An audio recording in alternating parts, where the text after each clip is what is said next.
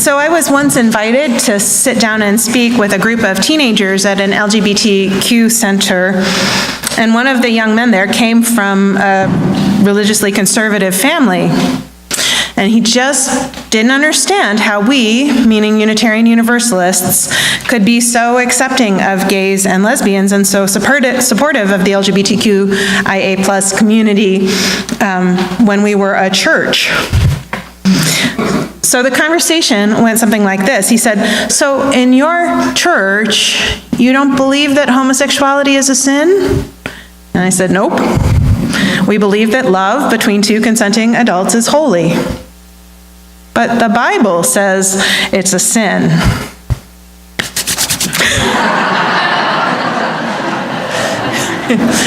Actually, that's a common misunderstanding.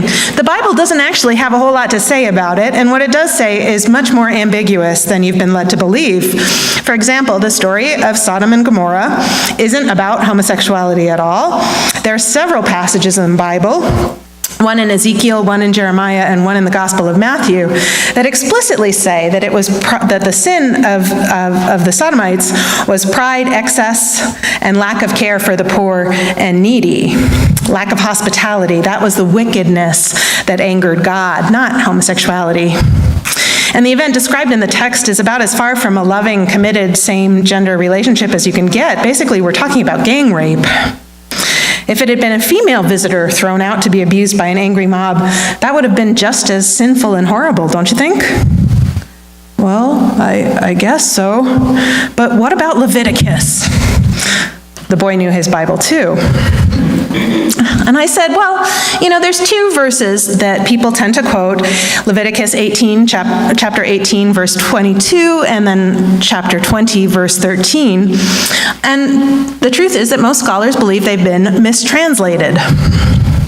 You know how it says, a man shall not lay with another man as a woman? The word translated as another man actually refers to male practitioners of a faith that celebrated sex as a way of communing with God. So it's likely that both of these verses were designed to warn Israelites in exile against adopting this Canaanite religious practice. Not only that, but you have to read those verses in context. They're part of a long list of rules that make up a purity code that governs everything from dietary restrictions to hairstyles and how to care for your slaves and what you wear. If you followed the code, adulterers and men who sleep with menstruating women are also meant to be put to death. Not just people who go and have relations with practice these Canaanite rituals. And this is also the section that says you shouldn't wear two different kinds of fabric together, and you shouldn't get tattoos. I especially love it when somebody, you see a tattoo of one of the Leviticus verses on somebody, and it's like...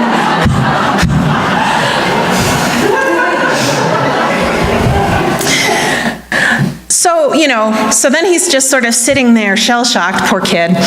And I say, you know what? It's especially ludicrous for Christians to cling to those particular verses, because Jesus' whole message, the heart of the gospel, is meant as a critique of those very same purity codes. Jesus socializes with and ministers to the poor and lepers and prostitutes, other people considered by the purity codes to be unclean. And so he distills all of those crazy Levitican rules into one great commandment.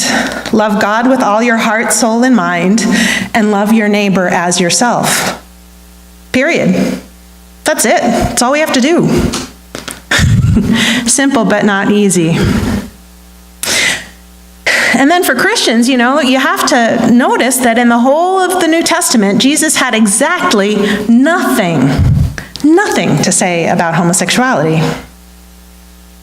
The poor guy looked at me with this mix of shock and hope, and he said in this quiet little voice, so you think I can be Christian and be gay?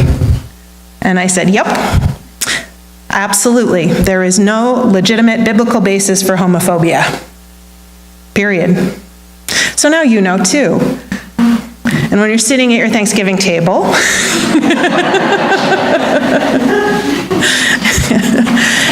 you have a little ammunition.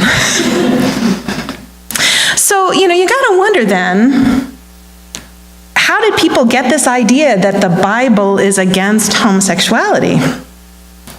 In the years leading up to the Reformation, what is now the Catholic Church, but was then just the church, was really corrupted. Lots of nepotism. You had to sleep with your boss or your bishop or your cardinal to get ahead. And the common people were starting to get wind of this. And so, because the common people were starting to get wind of this and were upset about it, this blatant hypocrisy, church officials started to introduce these anti-homosexual interpretations of biblical texts. And at the same time, they also imposed celibacy on priests. Did you know that priests were allowed to get married until 1129? Anyway, so here we are, almost 1,000 years later, and we're still suffering because of what amounts to just a really slimy, hypocritical propaganda campaign. And it's stuck, I think, because of our fundamental human discomfort with sex and sexuality. It's stuck because of our natural human tendency to fear the other.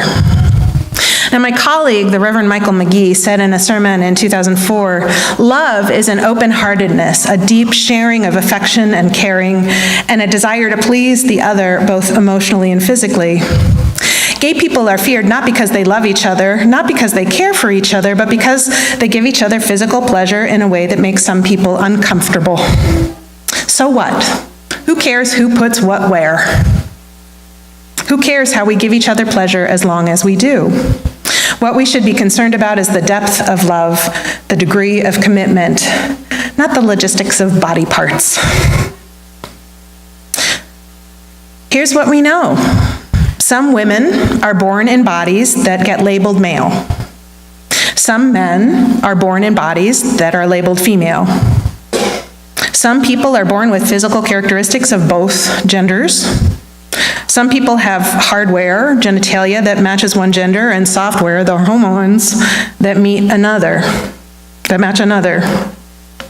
Some people just don't readily identify as either male or female, but as something else instead, agender or non-binary. We also know that sexuality is way more complex than simply gay, straight, or bi. We all have our own preferences, likes and dislikes, attractions and turn-offs. It's not like heterosexual men are attracted to all women and heterosexual women are attracted to all men. We're attracted to particular individuals who have a whole range of characteristics. Gender identity is only one small piece of the puzzle. So I was thinking about my husband. I'm attracted to him, the fact that he's male is like the teeniest piece. I'm attracted to him because he's funny and he's smart and he's honest and he's loyal, and also possibly because I imprinted on him when I was just coming out of my egg. Just coming out of my shy teenage shell, and I was 18 years old, and here was this person who thought I was wonderful, and I haven't left him since. Maybe I'm like a duck. Yeah, that's my sexuality. I'm a duckling. So, asexual, queer, gay, lesbian, bi, this one likes to dress up, that one likes to be tied up, and frankly, as long as the participants are all consenting adults, it's nobody's business who does what with whom, or who puts what where. Love is love, and love is holy. Homophobia lingers because some folks want people to put themselves into nice, neat boxes so that we can keep our world orderly. It lingers because those with privilege want to stay at the top of the pile. So what we need to do, what we're called to do, is acknowledge that life just doesn't work that way. People don't fit into boxes. None of us do. Life is messy. Identity is even messier. And if we let other people define themselves on their own terms rather than by putting themselves into categories that we arbitrarily create for them, we can't shy away from that messiness. Nor can we deny the messiness that lives in each of us. Now, it's not easy for anyone to be faithful to the inner I. There's an awful lot of pressure to conform. I think one of the more liberating things we can do in this world is to choose to define ourselves. If we envision life as a journey towards self-discovery and self-definition, on each step of that journey, we face resistance, both internal and external. The internal resistance comes from fear of loss. What am I letting go of if I choose to identify in this particular way? The external resistance comes from people's expectations. Change can lead to expressions of disapproval, attempts to shame and control in order to keep things in that box or in a closet. Moving through the resistance takes courage and perseverance, but most of all, it requires love, and not just any kind of love, unconditional love. To begin the journey of self-definition, secure in the knowledge that whatever you find, you will love. Well, it's not really an accomplishment so much as it is a choice. We decide, I am going to love me, no matter who I turn out to be in the end. It really helps to do that if you have people surrounding you who say, we will love you, no matter who you turn out to be. And that's why we, as a congregation, as a denomination, are committed to becoming ever more open and affirming and accepting and gracious, ever more educated to counter bias, oppression, and hatred. And the great thing is, we're not the only people of faith, we're not the only church that's doing this now. The trend is really clear. You know, at those early Pride festivals in the 70s, the UUs were often the only ones there. The only ones making a stand. Then came the Metropolitan Church. And then yesterday, everybody was there. The UCC Church had a table, the Episcopalians were there in force, the Lutherans, the Methodists, Presbyterians. The new Pope has encouraged Catholics to soften their stance. Even the Mormons are moving on this issue. So most of the Christians that I know, or at least most of the Christians that I'm willing to associate with, regard people like Fred Phelps of the Westboro Baptist Church in about the same light as most Muslims regard Islamic terrorists. There's a sense of embarrassment, a sense that they're giving Christianity a bad name. I think in part because we've been brave enough to talk about sexuality, our congregations have led other faith traditions to examine their own hearts and shift their stand. This work has really mattered, and it continues to matter. Because it's not done yet. Over 75% of LGBTQIA+ people report incidents of harassment and bullying. LGBT youth become homeless, self-medicate, self-harm, and commit suicide at a much higher rate than other teenagers. Over a third of LGBTQ people have been shunned by at least one family member. Did you see the people at Pride yesterday? Free mom hugs, right? Those wounds when your family doesn't accept and love you, those run deep. Right here on the Palouse, I could tell you stories that would break your heart of people, human beings who were called it, who were verbally and even physically abused. And the thing of it is, on this side of the border in Idaho, because we haven't yet even been able to add the words basic human rights protection for people around sexual identity and gender identity, LGBTQIA people are not a protected minority in Idaho. And what this means is that when they're attacked because of their identity, it can't be prosecuted as a hate crime. This is a big deal. We need to fix this, and we need to fix it now. You know, I've spent lots of time with lots of different people who came to our church because when they were sitting in a pew in another church, someone from the pulpit told them that they were an abomination instead of a blessing.